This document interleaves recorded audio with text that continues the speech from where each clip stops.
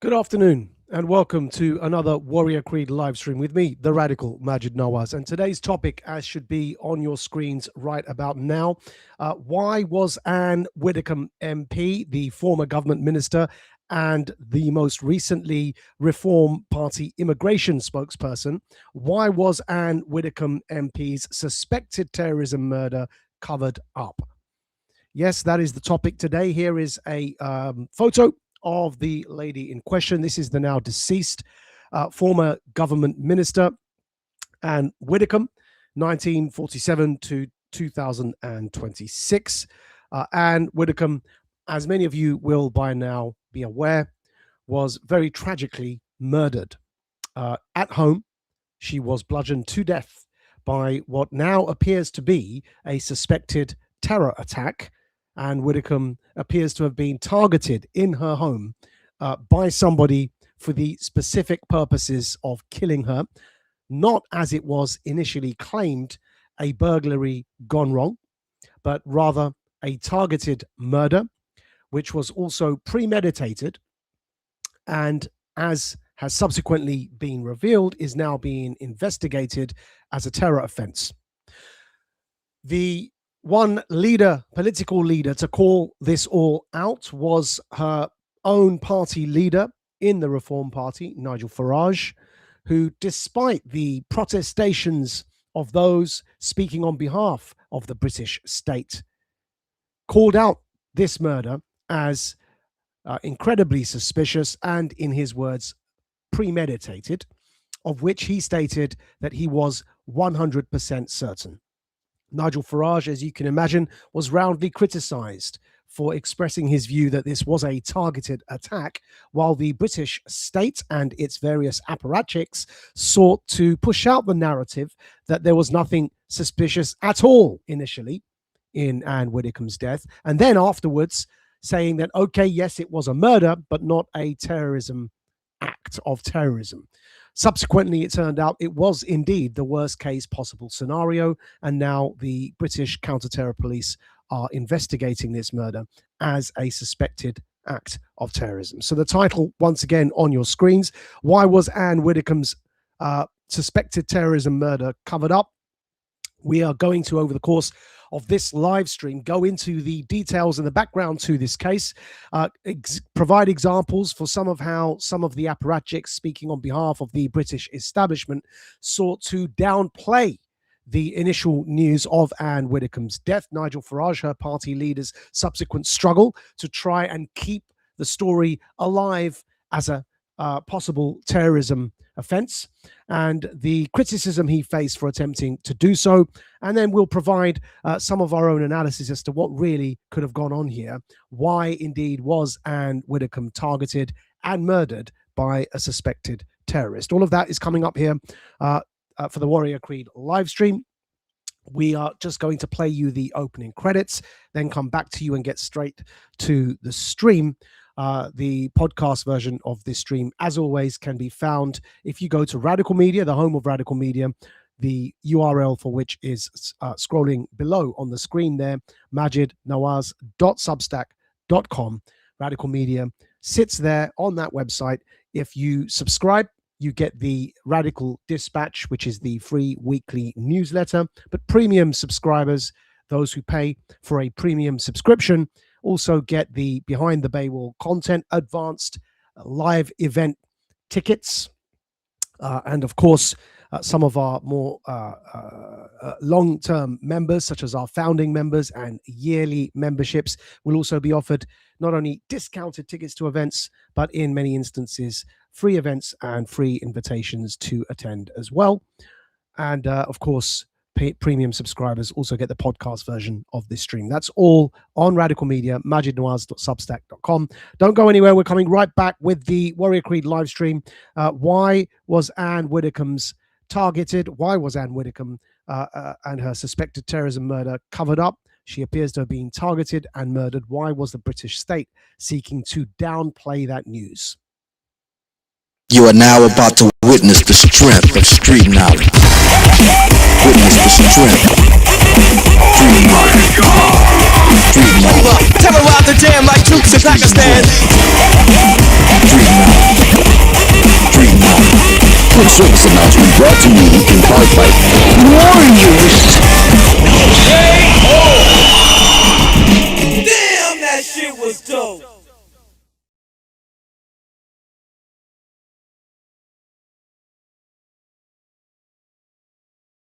And another Warrior Creed live stream with me, the radical Majid Nawaz. Today's topic, once again, for those who are just joining us, is on your screens now. Why was Ann Widdecombe MP's suspected terrorism murder covered up? It's a radical dispatch and the live stream for Warrior Creed. We are discussing the, by now, roundly acknowledged as targeted murder of Ann Widdecombe, a suspected terror attack there. This is a former government minister, a former member of parliament, and current, up until her death, immigration spokesperson for Nigel Farage's Reform Party. That is Ann Widdecombe on your screens there as a student at Oxford University. That is Ann Widdecombe, 1947 to 2026. Her tragic murder has shocked the country, and it forms yet another case of British parliamentarians being targeted for violence and, in some instances, as is the case here, for murder as well. We're going to go through some of the basic facts for you all as to what happened in this case. We acknowledge, of course, many of our viewers and listeners and readers around the world who may not, because you may not be British, may not understand exactly what's just gone on here in the UK. So we'll also provide a basic summary of the facts. And there it is on your screens. You can see, you should be able to see right about now who it is that we're talking about. We'll just read this for you. Former Minister and Reform UK's immigration spokesperson Ann Widdecombe is targeted and murdered. That happened, of course, while she was at home. Who is Ann Widdecombe? Well, Anne Noreen Widdecombe is a DSG. This is an order of St. Gregory conferred upon her by the Catholic Church. This is a pontifical equestrian order of St. Gregory the Great. That is what DSG stands for. She was therefore honored by the Catholic Church. As we've stated, she lived from 1947 to 2026. She was a British politician and television personality. As a member of the Conservative Party, she was the Member of Parliament for Maidstone and the Weald from 1987 to 2010. She was a member of the Brexit Party, which is Nigel Farage's Brexit Party, from 2019, and served as a member of the European Parliament for South West England from 2019 to 2020. She joined Reform UK in 2023 and served as the party's immigration and justice spokesperson from 2023 until 2026. So, as hopefully is quite evident there, Ann Widdecombe was quite a senior British politician. It's fair to describe her as a grandee. She was a former grandee of the Conservative Party. And then, of course, in 2019, she defected to Nigel Farage's Brexit Party because of Brexit, and then went on to become the immigration and justice spokesperson for his new incarnation in the form of the Reform. So this was a very senior British political figure, known and, of course, loved by those on the British right. The Conservatives, because she was a senior member of Parliament and minister for them, and the Reform Party under Nigel Farage, because she was a member of the European Parliament for the Brexit Party, and, of course, a immigration and justice spokesperson for the Reform Party. So generally, the British right was a huge fan of Ann Widdecombe. Her murder has, as a result, shocked not just the British right, but the nation as well. And here is a very basic, brief tribute for those who are just being introduced to who Ann Widdecombe is.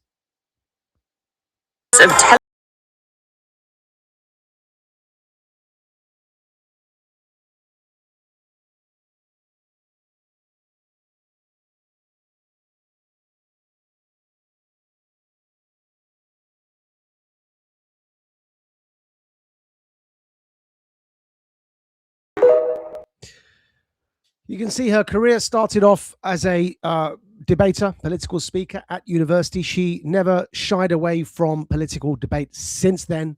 till the day of her death. In fact, that is literally the case. On the day of her death, she was still giving interviews right up until what appears to be a mere few minutes before she appears to have been very tragically bludgeoned to death in her home and murdered. We're going to go through some of those last interviews that she gave on the day of her death because they are relevant to establishing exactly what appears to have happened in this very, very tragic case. But as you can see there in the box there on your screens, there was a suspect that was originally arrested by the police, but then released. And this is the confusion leading up to the eventual, yesterday, that is, counter-terror police getting involved 4 days or perhaps 3 days later, to be precise. The counter-terror police got involved. The 3 days of confusion are summarized in the following way. First off, of course, there was the arrest that the police made. Then they released the person they arrested and said they were no longer looking at that person as a suspect. Meanwhile, the police and following them, all spokespersons, leaders of political parties and apparatchiks of the state, all followed the same line, that Ann Widdecombe's death wasn't suspicious, that perhaps it was a burglary gone wrong. Now, in the first few minutes of news of her death breaking, because the counter-terror police had not yet got involved, and the police that were investigating were stating that she was not targeted, a lot of the commentary that began appearing from voices that should have known better was effectively humiliating for the memory of Ann Widdecombe, and was what can only be described as a cruel way to remember a murder victim. And by way of example, we're going to show you what Sky News' Adam Bolton decided to say when he first learned that Ann Widdecombe had passed away. And as you can see from on your screens now, from GB News' Alex Armstrong, he said Sky News' Adam Bolton has described the murdered former politician Ann Widdecombe as a spinster and an old maid, going into detail on her private life. Many commentators are calling this rant vile and deeply misogynistic. It's unclear if he's received any pushback from the presenter. Here's the clip in question. You can see Adam Bolton there on the right of your screens, looking rather red-faced. One wonders if he'd been on the bottle. But nevertheless, here you can make your own minds up as to how appropriate or inappropriate Adam Bolton's first reaction to learning of Ann Widdecombe's death was. Probably describe her as an old maid. Reportedly, she claimed that she was a virgin. She had a relationship at university. She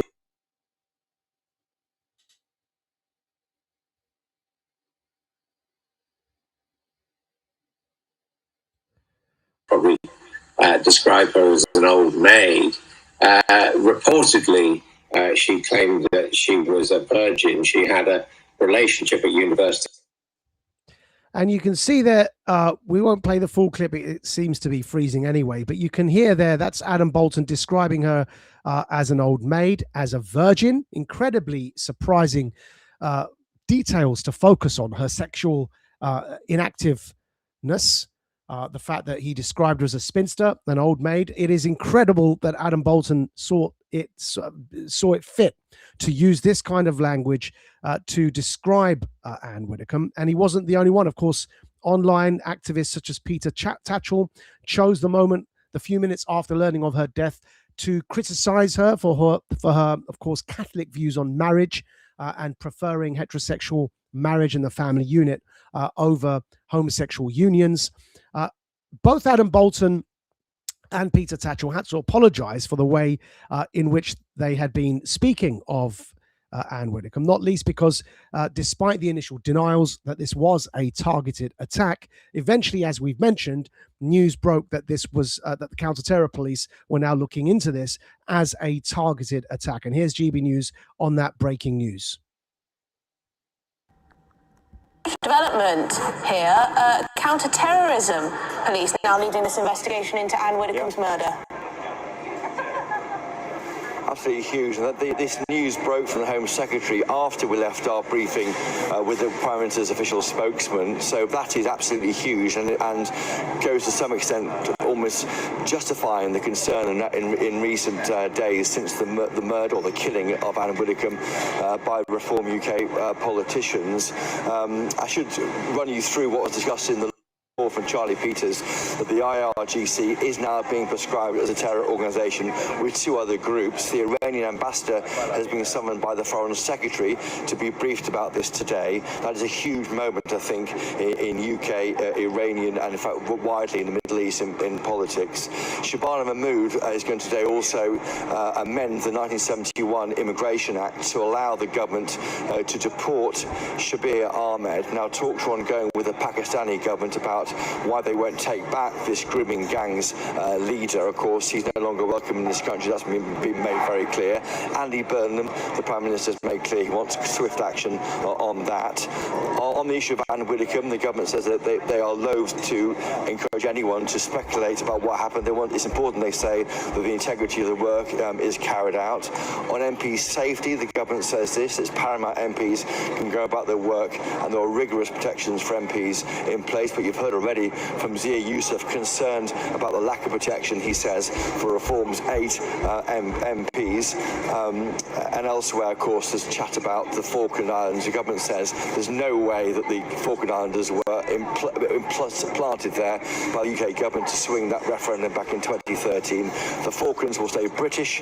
It's their right to self-determination. I should say, in terms of the handover of power, it is now all around me. If we can just show you what's happening in number 10 around this camera. Huge scaffolding is being around coronation of Andy Burnham as the Prime Minister this time next week. What is surprising to me is the lack of any scrutiny of Andy Burnham's plans in government. Today he'll be addressing his own MPs in a Zoom online tonight. An answer that is private. We can't cover it, film it as GB News. And around here, even tomorrow, with a final cabinet meeting, Tom, the Prime Minister isn't inviting Andy Burnham to be there. So we should never forget that with all the other drama happening, of course, in the news, we are about to have a new Prime Minister with little or no scrutiny of what his plans are. Christopher, live from Downing Street, thank you very much indeed. We can go straight back to Cornwall now, where Mark White, our Home Security Editor, is digesting the news of this serious... Now, the connection with the Andy Burnham becoming Prime Minister of Britain without so much as an election, indeed without a mandate, is relevant to everything that's going on here with the way in which the Ann Widdecombe murder investigation was handled. First, of course, the police telling everybody, briefing out that it didn't appear to be a targeted attack, that it wasn't a terrorism-related, and then, of course, having to about turn on all of that and the counter-terror police getting involved. So our reaction to that has been as follows, and it should be on your screens about now. And this is our initial reaction to the fact that counter-terror police did eventually get involved, despite the fact that initially we were all told that it wasn't a targeted attack. I've said, so serious is this failed attempted cover-up and subsequent smearing of Nigel Farage when he was right about his Reform Party grandee Ann Widdecombe's suspiciously political murder, that it is a resignation matter for the Labour government, or at least it would have been in the days when there was still some honour remaining in public life. We are coming. Now, the point there being made is that the Andy Burnham, the presumed new leader of the Labour Party and therefore new Prime Minister, is effectively, as you saw there in the GB News report, is they are making preparations for his coronation at Downing Street without a mandate and without a general election. Meanwhile, a political grandee of this country is targeted and murdered.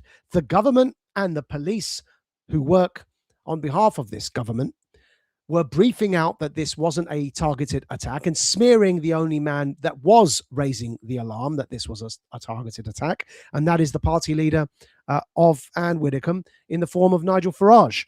And so the failings of this government and those who run their police services in the incorrect briefings they put out to the public and their misleading of the public over the Ann Widdecombe murder and the fact that it was a targeted murder would have been a resignation offence in the days when something such of this magnitude mattered, because politicians had a sense of honor. In today's political climate, it becomes very difficult to see how Keir Starmer would call a general election over this. And it does appear as if Andy Burnham is preparing to have himself coronated without a general election. But the failings in this case, in and of themselves, are sufficient for a resignation in government, because this is an incredibly serious matter. It's so serious indeed that the earlier report we showed you of Sky News' Adam Bolton mocking Ann Widdecombe, he's recognized the error of his ways since this was declared a murder investigation and then a targeted murder investigation. And he had to apologize. As you see here from the Daily Mail on your screens, 11th of July, 2026, it says Sky's Adam Bolton admits he was wrong and insensitive as he apologizes for calling Ann Widdecombe a spinster and an old maid. Of course, he also called her a virgin, and it's just absurd the way he reacted on TV after she was murdered. Of course, as we mentioned earlier, the veteran gay rights activist Peter Tatchell also apologized. And this is indeed important, because it turns out Ann Widdecombe was targeted for her views. It turns out that it appears as if MPs who speak out on matters related to terrorism, extremism, identity, citizenship, immigration are being targeted by people. And of course, it is fitting that part of what Ann Widdecombe stood for was the right to speak one's mind. Here she is at Oxford University again, this time rather more mature in years, making the same point about free speech. She was a passionate believer right up until her final days. And we're just going to play this clip for you as well, because it's important in the context of what we are going to break down in this stream, to remember who it is we're speaking of and who specifically was targeted for murder in this country. Being protected from offence or from insult or from hurt feelings. It is an occupational hazard of living in society. And if you really can't take it, become a hermit. But more seriously, on the opposite end from the snowflakes, poor little darlings, on the opposite end from them are the totalitarians. And that was how Hitler was so successful, because he did not allow any free speech whatever. And if you spoke out against that sickening regime, or indeed against the Soviet Union, 2 minutes more, no, I need at least 5, or spoke out in the Soviet Union, you would end up in prison, if not worse. Totalitarians like to curtail for state orthodoxy, substitute the words social orthodoxy. As exemplified by social media, Twitter, and other such places where people decide what is and what is not acceptable. Now, I would love to stand in this union and oppose and argue with and take to pieces a Holocaust denier. But if we say no, we can never have offensive that he cannot be accorded a platform, then what happens? That sort of viewpoint is driven underground, where it can quite often flourish. And people whisper behind their hands, oh, you know, there's something in what he says, but we're not allowed to hear it. Let's hear it. And by hearing it, we can destroy it. We should also remember. That was Ann Widdecombe, the late deceased Ann Widdecombe, perhaps at her strongest there, defending the idea of the right to offend, free speech, to stand on your principles, not to fear nor cower in speaking your mind. And it seems to be the reason that she was targeted, and that is what we're seeking to get to the bottom of. Of course, this stream hopes to contribute to that public conversation, but here is the next point. We'd like to move on after you saw that. Again, this should be on your screens now, and part two that we are breaking down for you all, and it's headlined, "Farage was right, you were all wrong." Because what happened immediately after Ann Widdecombe's murder, as reported by the Times, now on your screens, you can see the headline, Nigel Farage accused of using Ann Widdecombe's death as propaganda. Instead of accepting that this murder looked incredibly suspicious, which of course now everybody has been forced to accept because it's now subject to a counter-terror investigation, originally when Farage, who was after all Ann Widdecombe's current living party leader, she was no longer in the Conservative, she was in the Reform Party and had been prior to that in Nigel Farage's Brexit Party. One can assume that he was privy not only to information about her that many others hadn't been, that would have been relevant to this, but also that he was emotionally close to her as somebody who was her party leader and who, at the time she joined the Brexit Party, when she did, was perhaps one of the most senior politicians to provide support to a back then beleaguered Nigel Farage, who had not yet been elected to Parliament. So, of course, he would have been incredibly grateful to Ann Widdecombe. And yet anything he tried to speak out about in her defense and urging people to consider perhaps that she'd been targeted for her forthright views and defense of classically liberal principles, and people scoffed and mocked at him. You can see, again on your screens there, the Times headline, Nigel Farage accused of using Ann Widdecombe's death as propaganda. We're just going to read from the text of that Times article. It says, Nigel Farage has been accused of exploiting the murder of Ann Widdecombe for, quote, political propaganda, as policing leaders called for an end to public speculation about the case. This was, of course, all before counter-terror police validated Nigel Farage's concerns that Ann Widdecombe had been targeted. Not only were they not investigating those lines, they were actively shutting down her friends, such as Nigel Farage, her party leader, who was asking them to investigate the suspicious nature of this murder. We'll carry on reading from the Times. The Reform UK leader said that he believed the death of the former Tory MP turned Reform spokesperson was, quote, premeditated murder, and discussed lines of inquiry with reporters after arriving in her village on the edge of Dartmoor on Saturday, at the height of the police's active murder investigation. Harvey Proctor, a former Tory MP and close friend of Widdecombe, said Farage's public pronouncements were, quote, deeply disappointing. Ann Widdecombe was far too dear to her family, friends and former colleagues for her murder to be exploited as political propaganda, he told the Times. The police have expressly asked the public not to speculate about the motive. It is therefore deeply disappointing that Nigel Farage has chosen to do precisely that. Farage told reporters on Saturday, before police arrested a 28-year-old in South Yorkshire on suspicion of murder, that he did not believe Widdecombe's killing was a burglary that went wrong. And for expressing that view, for which he has subsequently been vindicated, Nigel Farage was roundly turned on. Here is LBC, my own former media channel, those who cancelled this particular broadcaster for challenging every single COVID mandate. Of course, they also cancelled Nigel Farage, who used to be on LBC himself. And this is what they said. It's not an Agatha Christie novel.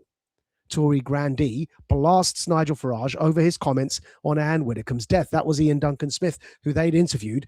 And the specific purpose of that interview was to attack Nigel Farage. And all of that was working for them in further isolating Farage. Don't forget, he'd already been isolated the week prior to that because of this standards investigation into his $5 million gift prior to being an MP received from Christopher Harborne, and gifts in kind and small financial gifts from George Cottrell. Both of those were being investigated by the Parliamentary Standards Committee.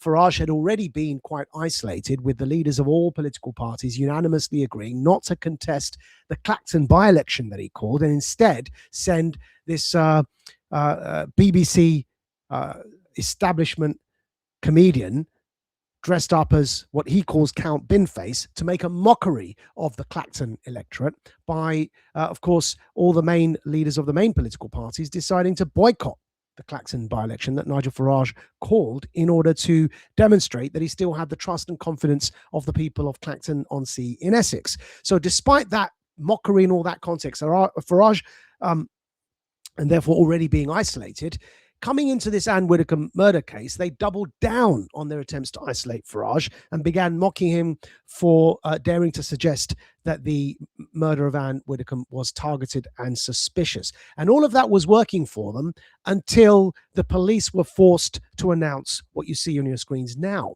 GB Politics reports it's believed nothing was stolen from Ann Widdecombe's property. And that moment was the beginning of the ruin of the narrative that this was just some burglary gone wrong. The story began falling apart from that moment onwards, and Farage started to look more and more vindicated up until it became a counter-terror investigation. And you can see the Daily Mail on your screens now. It wasn't just the Times, quoting the Speaker of the House of Commons, because in the quoted tweet there, you can see it.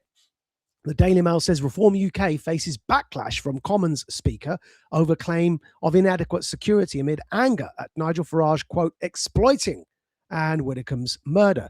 This is how desperate they were to not only refuse to investigate lines of inquiry that clearly indicated this killing had been targeted, but they were smearing the one politician who was raising the alarm that this looked like a targeted attack. In not just the press, of course, the Daily Mail and the Times getting involved, but in this instance here, we're speaking of the very Speaker of the House of Commons, Sir Lindsay Hoyle, deciding to reprimand Farage for being correct prior to, of course, them having to admit that he was correct. Our response to this is, again, quoting that Daily Mail tweet. Our response was, this is now a counterterrorism investigation.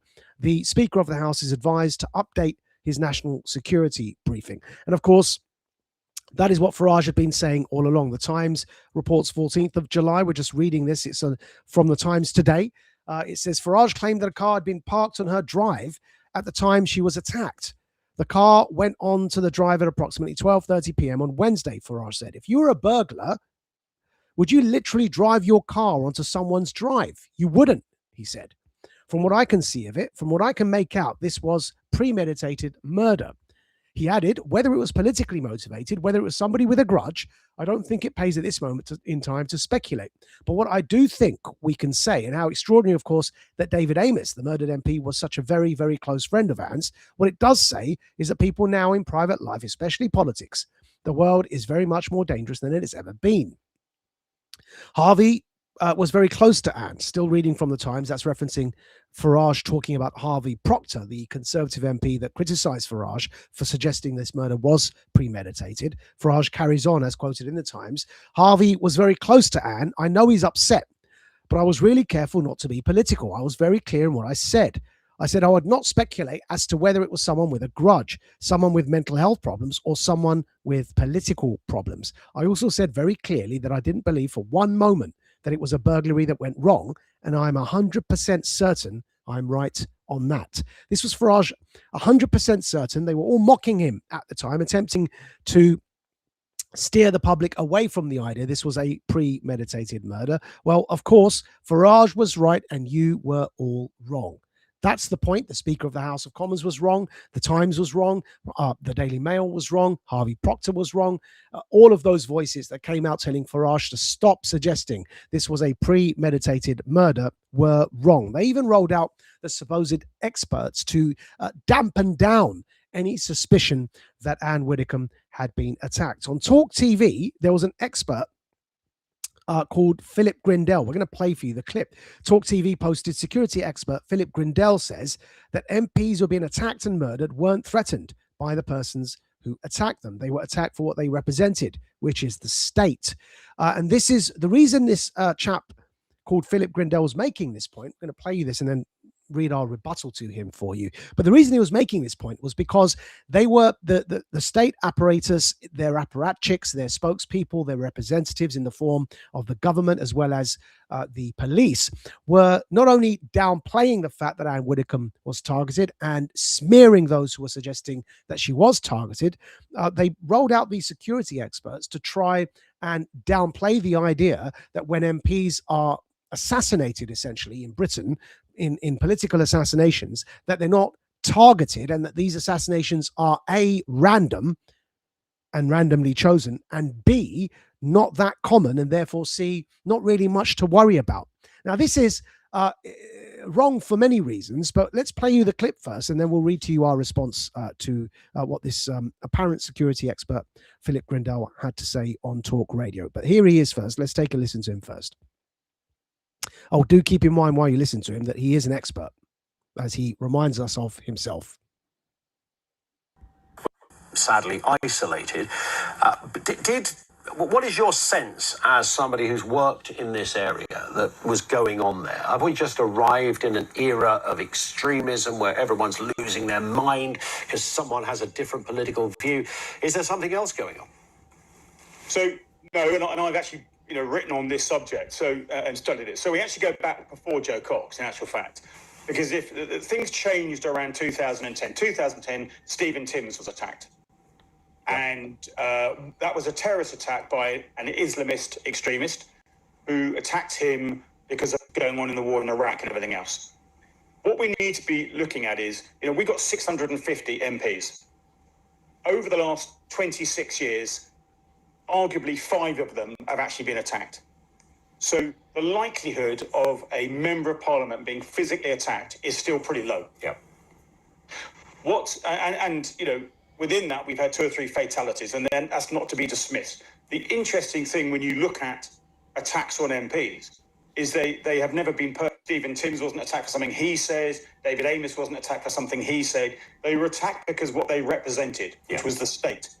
And to the person that's attacking them, and if you take out the David Amess scenario for a moment, every attack is being conducted by a local constituent.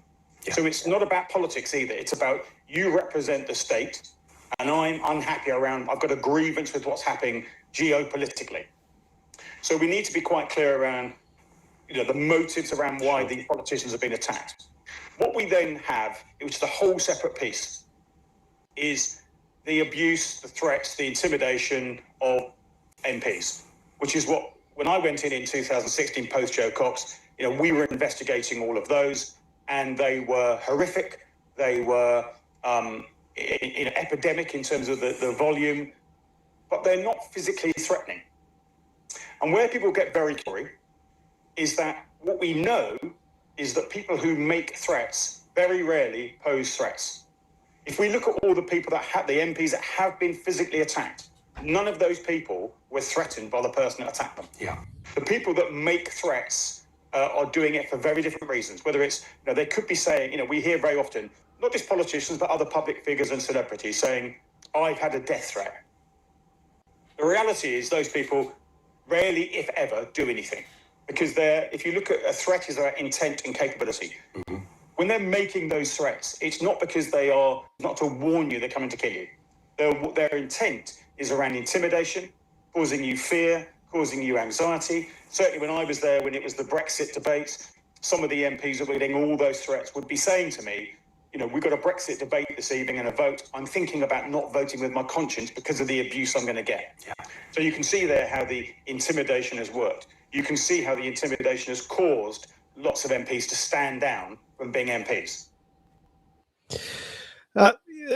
This sounds quite put together at first. If you haven't got a background in counterterrorism and counter-extremism, you'd be forgiven for not finding the holes in what this apparent security expert, Philip Grindell, has decided to weigh in with after the targeted killing of Ann Widdecombe. Clearly, maybe, keep in mind he's the expert. He's written on this and has, he's an expert, as he reminded us. But, with that in mind, it is important to point out where he's wrong. And that is should be on your screens now. We're just going to blow it up for you, and because it's important, and also read it. And the question really that why now? Why would this man decide that this is the correct moment to downplay what happened to Ann Widdecombe? It's not simply about reassuring the public, because the public is reassured by the truth. And if the public discovers it hasn't been given the truth, that doesn't reassure the public. It makes the public even more concerned. But you can see this hopefully on your screens now. This was our response to this apparent security expert on Talk Radio. Mr. Grindell, we said, with whom I am not acquainted, is correct in all but 2 key assertions, which, in the current cover-up context of Ann Widdecombe's death, renders his tone wrong. One, yes, most killers of parliamentarians were local to their target, except in the very cases of Sir David Amess and Ann Widdecombe, which kind of supports the thesis that a specific type of MP is being targeted, even while attacks on other MPs may be largely symbolic, as he said. Point two, ideological terrorists, such as jihadists and far-left anarchists, do indeed pre-name and list and/or threaten their target before striking at them. In doing so, they are deploying a textbook full-spectrum ideological attack, culminating in the physical act, which is often clothed itself in symbolism. Ann Widdecombe deserved better. What we're really pointing out there is that, of course, this security expert on talk radio that was brought on to downplay the idea that Ann Widdecombe was targeted, and indeed downplay the idea of MPs being targeted in general.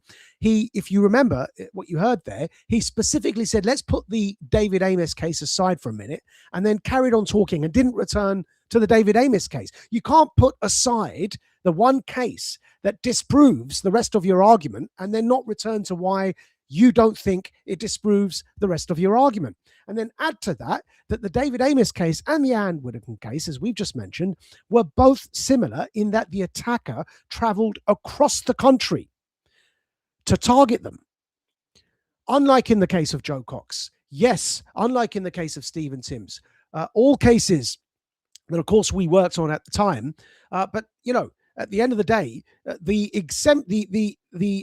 exceptions to the general rule that you're putting out must be addressed. And if you don't address them, then you cannot use your general argument to refute those who are saying that it does appear as if those on the political right have been targeted. Now, the killer for Sir David Amess MP, my friend, my own local MP, our family friend, who campaigned for my release as a political prisoner from Egypt, the killing of Sir David Amess MP was targeted. The jihadist murderer who killed Sir David Amess MP travelled from South London to Essex, to Southend-on-Sea, to visit his constituency surgery as Sir David was meeting constituents. Now, he's already in London. If he wanted to kill a symbol of the system, as this apparent security expert, Mr. Grenell, suggested, he could have stayed in London and gone across the river and targeted any number of parliamentarians who visit the House of Commons and the House of Lords every single day. Why travel outwards and select Southend-on-Sea in Essex to target Sir David? And so it's no wonder that the security expert, Mr. Grenell, said, put the David Amess case aside for a minute, but then he didn't return to it to explain why we should put it aside when it disproves the tone of the angle that he's taken. And likewise in Ann Widdecombe's murder as well. The alleged killer that has been arrested and now charged with terrorism for this offense traveled nearly 300 miles across the country on the same day in record time, mind you, which we're going to come to. And you're telling us that he wasn't specifically targeting Ann Widdecombe. It is all looking incredibly suspicious. And that is, of course, why in our point two, we reminded Mr. Grenell, the apparent security expert, that, of course, his idea that murderers don't threaten you and then kill you. If they threaten you, they're unlikely to murder you because they're all mouth, is basically what he was saying. Fine, that applies if it's some random angry bloke online acting like a troll. But with ideological factions, jihadist terrorists, far left anarchist terrorists and others, they indeed do pre-announce who they're going to target. That is exactly what a fatwa is, Mr. Grenell. And so, of course, it's no surprise to us, as the Daily Mail then subsequently reported on the 14th of July, that's today as we read for you here, we're just going to blow that up on your screens for you to see it as well, that as we said and reminded Mr. Grenell, this particular attacker does appear indeed to have had ideological motives. Now, if this is correct, as the Mail is reporting, Ann Widdecombe murder suspect had communist literature at home. Terror cops believe attack was political. Of course, that provides some more of an angle to it being an ideological attack, and of course undoes a lot of what Mr. Grenell, that security expert, was saying to downplay this particular targeted attack on Ann Widdecombe. And we're going to read from you for that from that Daily Mail article now as well. The brutal murder of Ann Widdecombe was last night being treated as a suspected politically motivated terrorist attack. In a dramatic escalation, counter-terrorism officers yesterday took over the investigation into the killing of the former Tory minister. It came after the discovery of Russian communist literature and other items of political ideology at the home of the suspected killer. And it marked a U-turn after the local force, Devon and Cornwall Police, spent days insisting that there was no link to terrorism. Officers, it is understood, are probing whether the 78-year-old may have been bludgeoned to death in a premeditated attack on Reform UK. By this time, it was all coming out. And of course, as we stated, Nigel Farage was right, and the rest of the political establishment were incorrectly mocking him. And here is the point that we were making earlier. Just take a look at this map. I'm going to blow it up on your screens now and let you just ponder this point for a minute. As it says, as reported by GB Politics, the 28-year-old man arrested in Rotherham is believed to have driven nearly 300 miles to Ann Widdecombe's Dartmoor home carrying a wooden stick on the morning of her death. Now look at that map and you tell us that that journey was not premeditated. Just stare at that for a minute.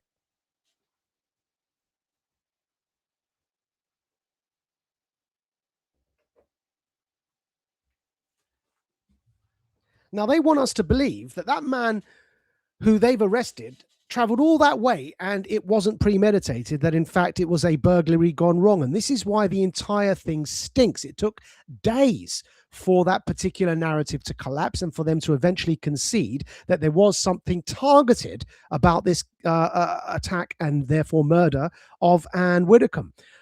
Eventually, this CCTV footage was released, forcing the turnaround. And of course, in this CCTV footage, you can see the stick poking out of the suspect's side. We're just going to play the footage for you here. Blow it up on your screen so you can see it properly. Now, keep in mind, there is also a question around some of this narrative, which we're going to come to in a moment. But first of all, let's at least establish this was a targeted attack. Have a look at this CCTV footage.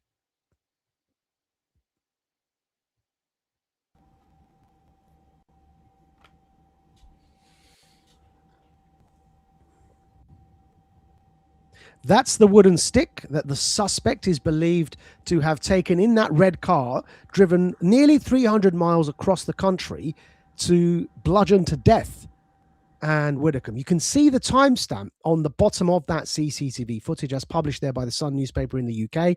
You can see the date, 8th of July, 2026. You can see the time, 7:51 a.m. That's 7:51 in the morning, and it does indeed therefore suggest that somebody decided to get up early in the morning with a wooden stick in their car, travel halfway across the country to some politician's house on the other side of the country to bludgeon them to death with that stick. And of course, those facts taken at face value do indeed suggest a premeditated murder, proving Nigel Farage right and everybody else wrong, which is why eventually the press had to recognize what indeed this indicated, as the Daily Telegraph headline here on your screens itself has to, of course, accept. This was at the time of the news breaking. Counter-terrorism police are now leading the investigation into the death of Ann Widdecombe after, quote, new information and evidence has come to light. That's according to Counter-Terrorism Policing Southeast. So that's what led up to the point of it eventually being announced as a counter-terror investigation. And of course, that was all originally being denied. And what that led to was some scrutiny into the police and why indeed they were so bad at handling the facts at the beginning of this case. And so as you can see, the Times then reported, that's now blown up on your screens there, 14th of July today, how police in Ann Widdecombe inquiry probably broke golden rule. Subheading, Devon and Cornwall Police initially ruled out terrorism, only for counter-terrorism officers to take over in the latest twist of the fast-moving investigation. We're just reading from that Times article. It was just before midday on Sunday when a senior police officer revealed the arrest of a 28-year-old man over Ann Widdecombe's alleged murder, saying there was no information to suggest terrorism. Matt Longman, an assistant chief constable at Devon and Cornwall, added there was nothing to suggest it was politically motivated, while James Vaughan, the chief constable, said the response was clearly British policing at its very best. So, of course, the police shutting down lines of inquiry instead of pursuing open lines of inquiry as to whether this could have been a terror investigation. To continue reading from the Times, but the force's decision to suggest publicly that Widdecombe's death did not have a terrorist element has inevitably resulted in criticism. Jonathan Hall KC, that's King's Counsel, the government's independent reviewer of terrorism, told Times Radio that Devon and Cornwall police probably broke one of the golden rules of investigations. Hall said, "I don't understand why Devon and Cornwall police were steering the public away from the idea that this was a terrorist case, and I don't know why they didn't simply say they had an open mind as to the motivation. I think they probably broke one of the golden rules of investigations, which is not to comment on live investigations in case new facts emerge. So that aspect is slightly regrettable." And that, of course, is the government's former counterterrorism independent reviewer of terrorism legislation, Jonathan Hall KC, using a classic British understatement that this aspect, that the police initially denied it was a targeted attack and therefore a suspiciously terrorism-related attack. The fact they denied it, as Jonathan Hall KC, the independent reviewer of terrorism, said, that it's slightly regrettable. Classic British understatement. Something seriously went wrong.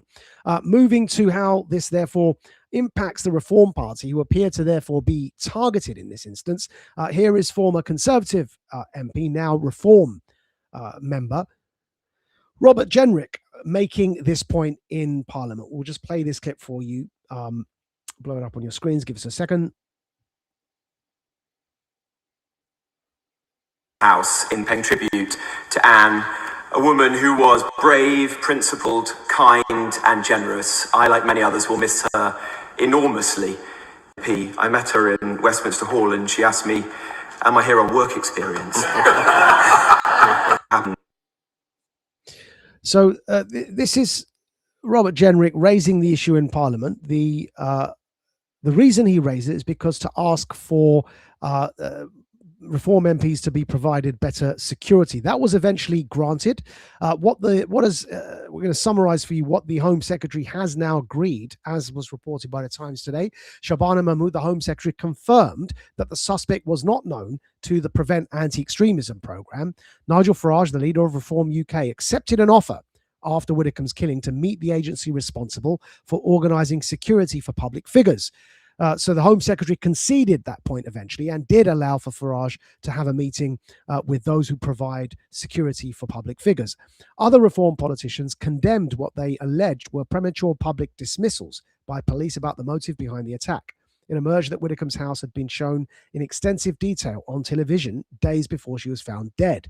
Detectives are understood to be working at pace to establish the suspect's views on Reform UK, as well as on a range of political issues, including abortion, gay rights, and immigration, on which Widdecombe was outspoken. Eventually, Farage did indeed thank the Home Secretary, Shabana Mahmood, for offering a meeting between him and the chair of the RAVIC, which is the Royal and VIP Executive Safety Committee. And here is indeed a video of Farage and Shabana Mahmood on this point.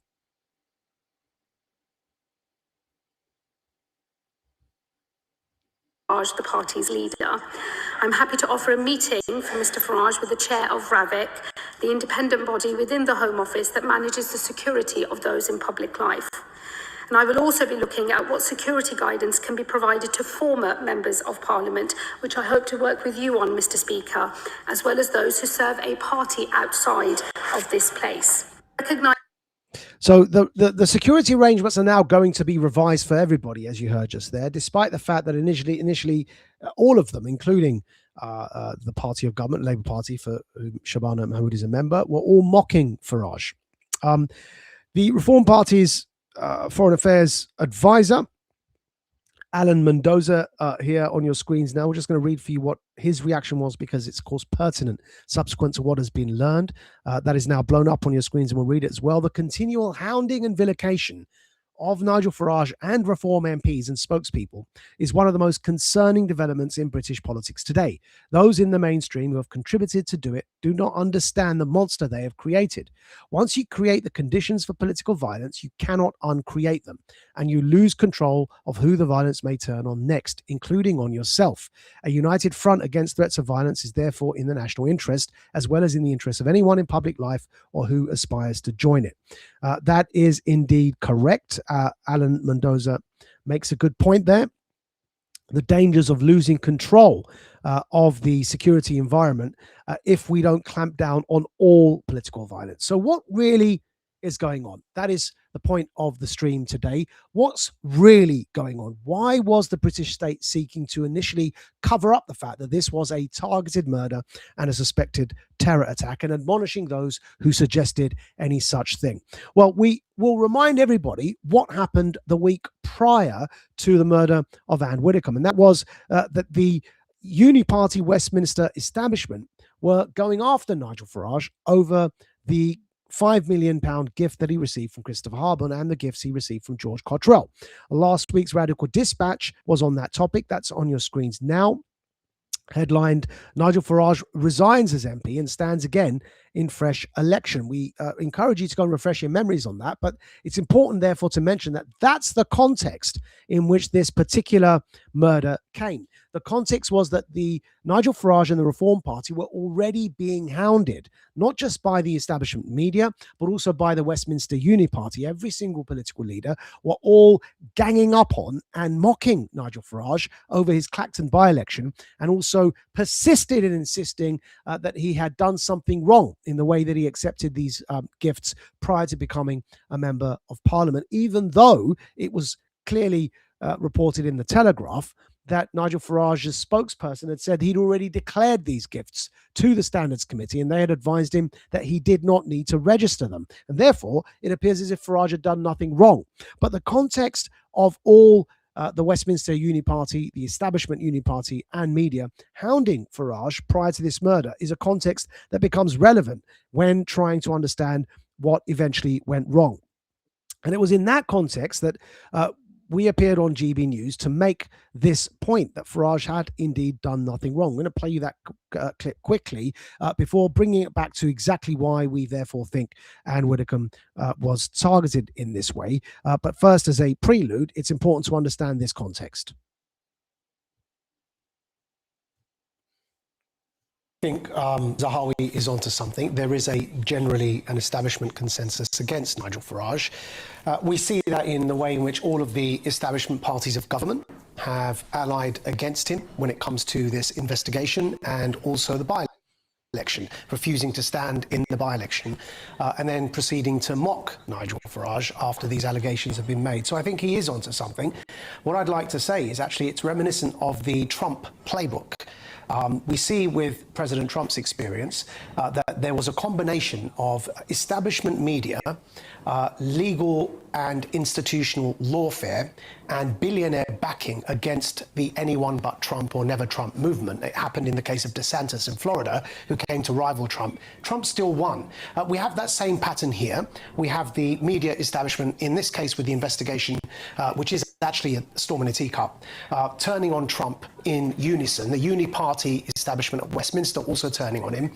We've got billionaire backers supporting subversives such as Rupert Lowe against him. That's Elon Musk I'm referring to. And we've also now got lawfare and institutional lawfare being used against Farage. In this case, it's the National Crime Agency leaking documents to the press. Yeah, well, that's the allegation as well that's come out today, isn't it? I mean, it is more gripping than some kind of serial drama, thriller on TV. It's almost getting to the point now where it's becoming more unbelievable and bizarre by the day. Yeah, there's one more thing I'd like to say, that the Telegraph on the 7th of July, that's yesterday, reported a little acknowledged fact, and that is that a spokesperson for Nigel Farage informed the Telegraph the reason this is a storm in a teacup, and this is a quote from the spokesperson for Farage, is that we had already told the parliamentary standards representatives that Farage had received these personal gifts from both Christopher Harbon and George Cottrell, and Farage was advised that he did not need to report them. Now, if that's true, what the Telegraph reported yesterday, then it does indicate that Nigel Farage already knows that this will result in his exoneration. He will win the by-election, and that those who are going for him at the moment, the Uni-Party, will be exposed and having fallen into the trap, and that is that Farage did absolutely nothing wrong. Now, that's really important context to the subsequent murder of Ann Widdecombe. Why? Because Farage's allegation in the build-up to this week, that is last week, Farage's allegation, as you heard we ourselves made there, was that the Westminster establishment, Uniparty and media have ganged up against him, and that this entire thing around his gift from Christopher Harbin and George Cottrell was a stitch-up by the Uniparty, Westminster and establishment against Farage. Now, that was a specific defense that Farage had been presenting. We supported him in that defense. Why is it relevant to the murder of Ann Widdecombe? Well, we suggest because Ann Widdecombe, keep in mind, as senior as she was and having been a minister in the previously Conservative government and then having left them to join Reform, her opinion on this matter as to whether there was or was not a Westminster Uniparty establishment, her opinion on that subject becomes highly, highly relevant. Of course, it carries weight, not least in the Conservative Party. So keeping that context in mind, that Farage was alleging a establishment stitch-up, what was Ann Widdecombe's view? And this is why it becomes fascinating, because Ann Widdecombe's last interview was indeed on Talk TV, last published interview. There's one more interview after this we're going to come to, but that hadn't been published before her murder. It has subsequently been posthumously released, and it only reconfirms the thesis that we're now presenting to you. But we'll come to that second one, the posthumous one, in a moment. This was the last published one before her murder on Talk TV with Mark Dolan. You can see the post there. Ann Widdecombe's last interview from Wednesday's breakfast show. It says very clearly, we're going to blow this up on the screens for you so you can see it yourselves. Ann Widdecombe's last publicly pronounced words before her death were, "There is an establishment." There it is in the middle of the text for you. Ann Widdecombe, in the context of Farage and how he was being hounded last week and the allegations he made that there was a Uniparty in Westminster, the establishment was stitching him up. It was out to get him because he was calling out the Westminster Uniparty or the deep state or the establishment. And Widdecombe waded in saying there is an establishment. This is in her last public interview. We're just going to play that for you on Talk TV with Mark Dolan. Here we go. Very little trust left now in parliamentary processes. And if you look at this government, which has a majority on that committee, if you look at this government, look at the way that it's reacted when it's felt vulnerable, changes to political donations, cancelling local elections, we all remember that, going for votes at 16, loosening the voter ID requirements, you just name it. I mean, they react in such a way that is geared all around self-preservation now.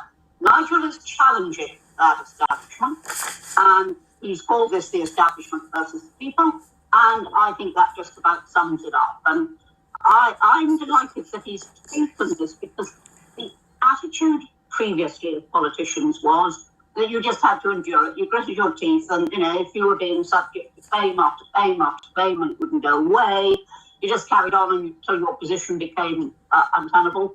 He's taking, and I drew the analogy with policy decisions earlier, he has taken this position because he wants an end one way or the other. And he's right to do this. They're going to lack credibility if there's a by-election and a huge majority for Nigel. There's going to be a great lack of credibility if Nigel doesn't pursue. Does this establishment of which you and Nigel speak actually exist?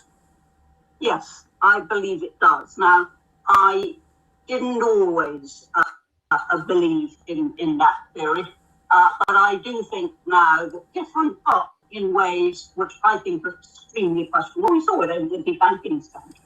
And suddenly realised it wasn't just Nigel. A load of other people as well who didn't have the ability to publicise and fight it. So, yes, I think the establishment is. However, Anne, it's not clear what will be achieved from this by-election, particularly given that the other parties are not standing. So therefore, if it's just Farage versus Count Binface, this is not serious politics, is it? It's student politics, and it's a pantomime. No, it's very serious politics. It's up to the other parties whether they stand or not. We know why they're not. They're threat. They know darn well they can't beat Nigel. They don't want to spend the resources campaigning and all the rest of it, and they know they can't beat him. They're threat. Farage versus Binface is not serious politics, Anne. How do they why they're not standing. No, it's their decision not to stand, not Nigel's. Their decisions. And this is serious politics. In this end, Binface isn't serious politics together.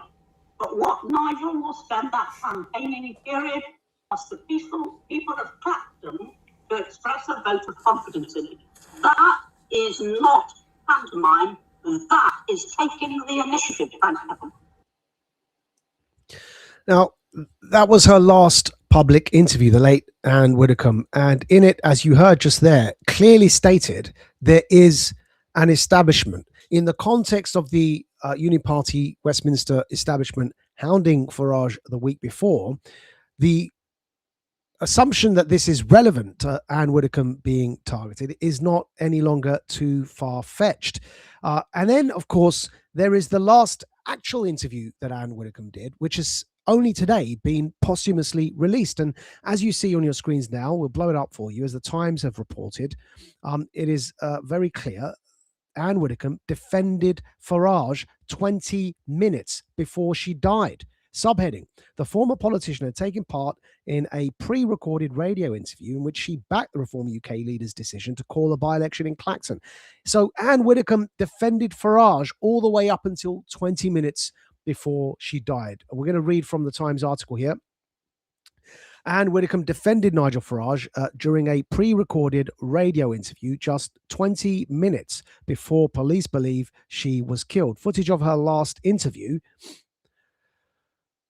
which was never broadcast, has been given to Times Radio with permission from Widdecombe's family. It showed the former Tory minister in typically ebullient and forthright form. In it, she defended the former Clacton MP's decision to call a by-election after facing criticism for not declaring a £5 million gift from a cryptocurrency billionaire, and characterised the investigations into his financial conduct as being part of the politics of personal destruction. She said, "There's been a game now for a very long time, a game of personal destruction, not just for Nigel, for lots and lots of politicians that face this."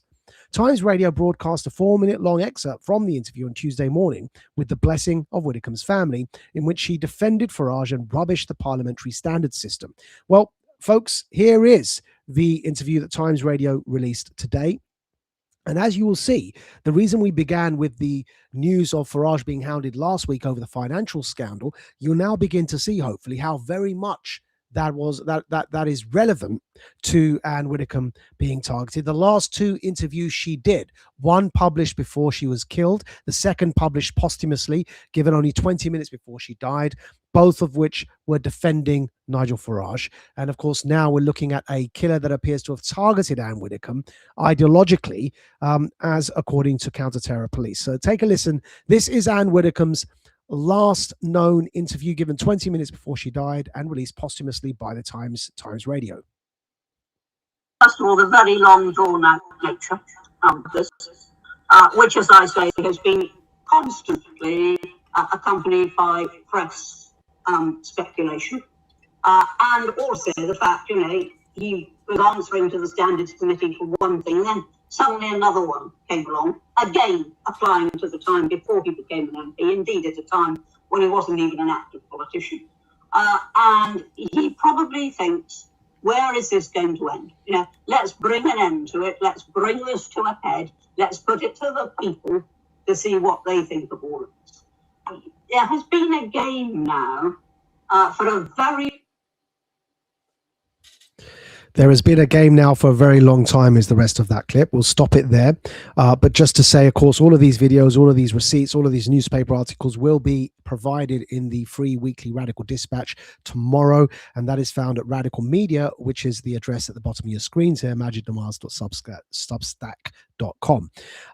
And so, as you can see, a picture is becoming clear that right up until her death, Ann Widdecombe, on the day of her death, 20 minutes prior to her killing, was defending Nigel Farage against the Uni-Party Westminster establishment. And this leaves us really with only one conclusion, as another podcaster, Richard Donaldson, has also come to, and that is that with all the facts as they currently are, it becomes very difficult to not only ignore the idea that Ann Widdecombe was targeted for murder in what appears to have been ideologically motivated, but rather also that it was specifically because directly related to the fact that she was, as a political grandee of the nation, defending Farage over the events of last week.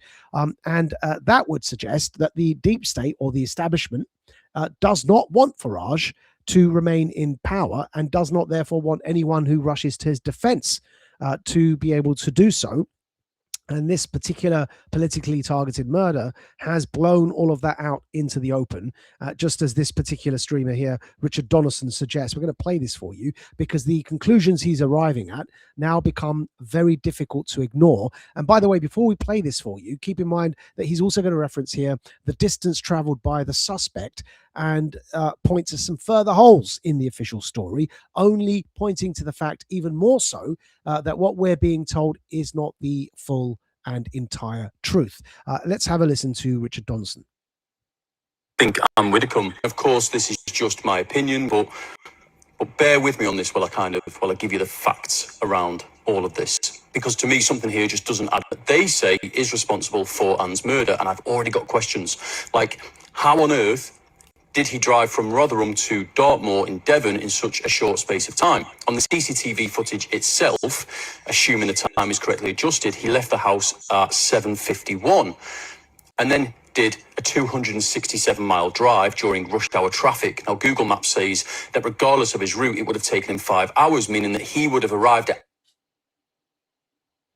So on that note, you've got we'll stop that one there, but just to say that you've got a very serious question about the fact that the drive down was an hour short. The suspect, who was alleged to have targeted Ann Widdecombe, managed to shave half an hour off his drive time, assuming he was speeding and didn't stop for any comfort breaks. And so the entire thing, right down to who is suspected of being involved here, does look and feel very suspicious. So in summary, what's going on? Well, what's certainly going on is that this was not some accidental death. It was not some burglary gone wrong. Ann Widdecombe appears to have been targeted. Now, of course, the authorities are acknowledging that. Ann Widdecombe's last two interviews, one published before her death, one published posthumously, were both in defense of Nigel Farage and the Reform Party, and both stated her belief that there is a Westminster Uniparty establishment that is coming after Nigel Farage and Reform in an attempt to stitch up Nigel Farage and make sure he cannot become Prime Minister of this country. Then Ann Widdecombe was killed.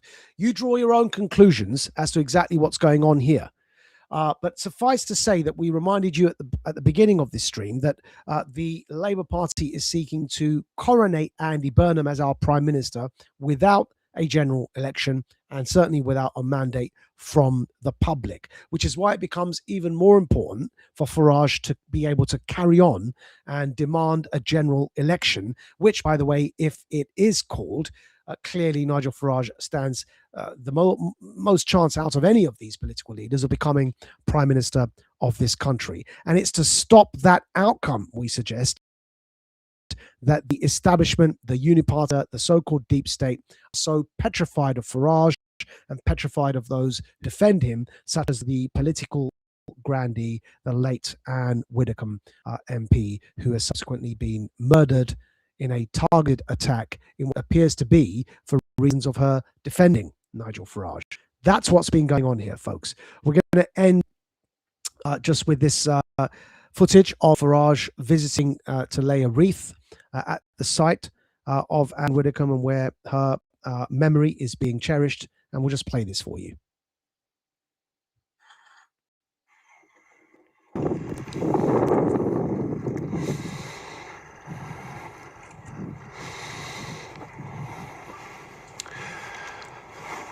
Good afternoon, ladies and gentlemen. We're here on Haytor, up high on an absolutely magnificent, beautiful day.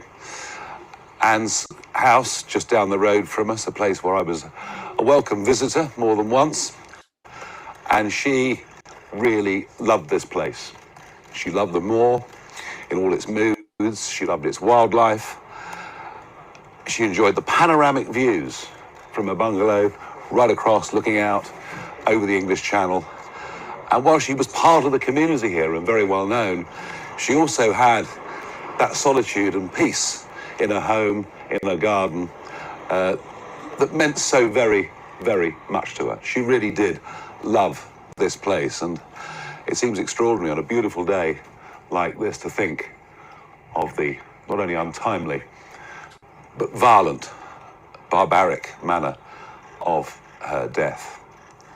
She was a remarkable individual, redoubtable, I think the word was invented for her. Opponents knew exactly what to expect from her, and at times, I have to say, colleagues did feel the wrath of her tongue. She was the fiercest proponent of free speech I think I've ever met. She believed that we had the freedom and the right to say things that insulted each other. Her career in politics, of course, spanned decades as a minister, and then for many years as a shadow minister. And I spoke to one of her colleagues last night who said during those years in the shadow cabinet, she was the only one who always, always, always spoke up for what she believed to be the national interest. Her patriotism was deep within her family. She was immensely proud of the work her father had done with the Royal Navy during the war. But she was so much more than just a politician.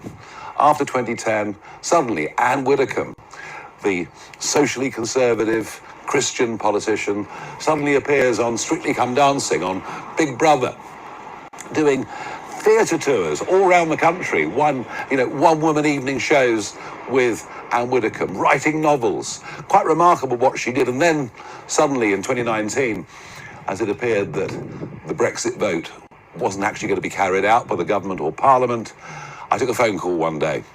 Ann Widdecombe here, I sort of stood to attention.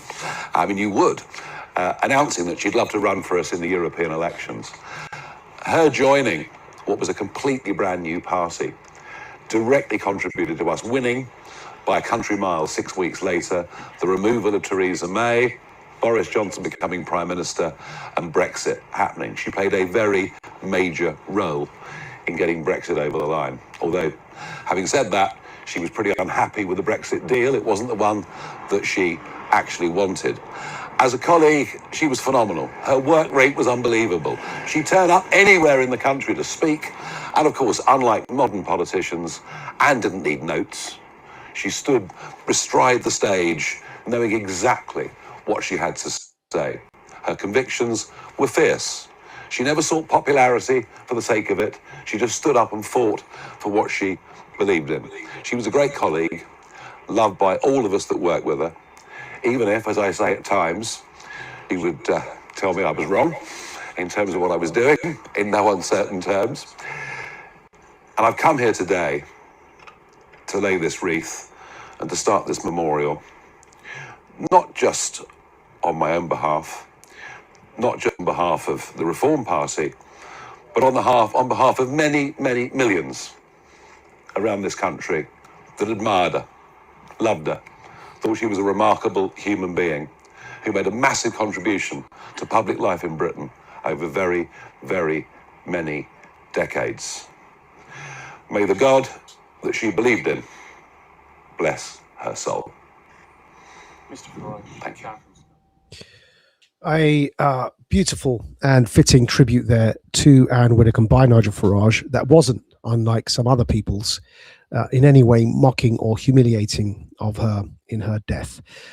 That is all we've got time for this week's Warrior Creed live stream. We will provide all the clips and all the newspaper articles and all the references and all the receipts in tomorrow's free weekly Radical Dispatch. If you go to magicnoirs.substack.com, which is the address, the URL scrolling at the bottom of this screen, you can find Radical Media there. And of course, subscribe there. Our premium subscribers are provided behind the paywall access to content, the full Radical Dispatch, in addition to free invitations and events, tickets, as well as discounted tickets to events, and of course the podcast version of the Warrior Creed live stream. That's all we got time for this week, but we will see you next week for Warrior Creed. You've been listening to the Radical Majid Nawaz. You are now about to witness the strength of street knowledge. Witness the strength Terrorize the jam like troops in Pakistan.